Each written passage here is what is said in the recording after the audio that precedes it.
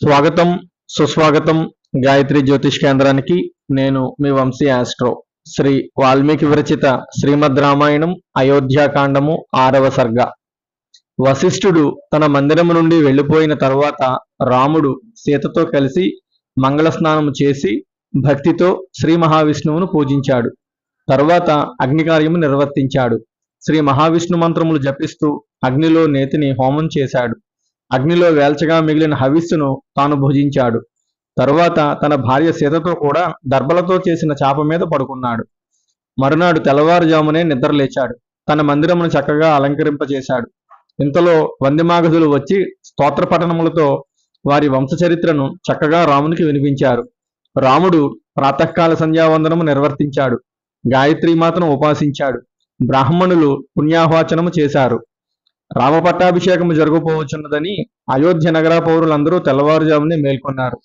పురమును అంతా అలంకరించారు. రాజప్రసాదముల మీద, కార్యాలయముల మీద, దేవాలయముల మీద పతాకములు ఎగురవేశారు. గాయకులు పాటలు పాడుతున్నారు. నర్తకులు చక్కగా తయారయ్యి రాజభవనమునకు వెళ్ళుటకు సిద్ధమవుతున్నారు. నర్తకులు నర్తిస్తున్నారు. అందరూ మంగళకరమైన మాటలు మాట్లాడుకుంటున్నారు. ఎవరి నోట విన్నా రాముని గుణగణములు, రామపట్టాభిషేకము గురించి మాటలు వినబడుతున్నాయి. రామపట్టాభిషేకం గురించి తప్ప ఎవరూ మరొక మాట మాట్లాడుకోవడం లేదు. రామపట్టాభిషేక మహోత్సవము ఎంతసేపు జరుగుతుందో, చీకటి పడుతుందేమో అని పట్టపగలే చిత్ర విచిత్రమైనటువంటి దీపములు వీధులలో వెలిగించి పెట్టారు.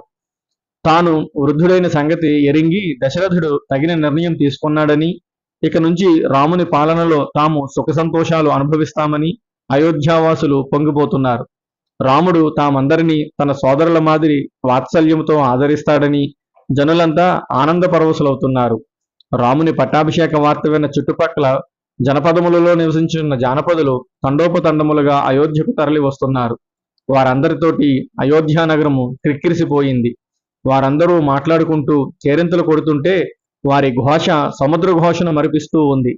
ఆ రోజు అయోధ్యా నగరము మహేంద్రుని రాజధాని అమరావతిని తలపిస్తూ ఉంది.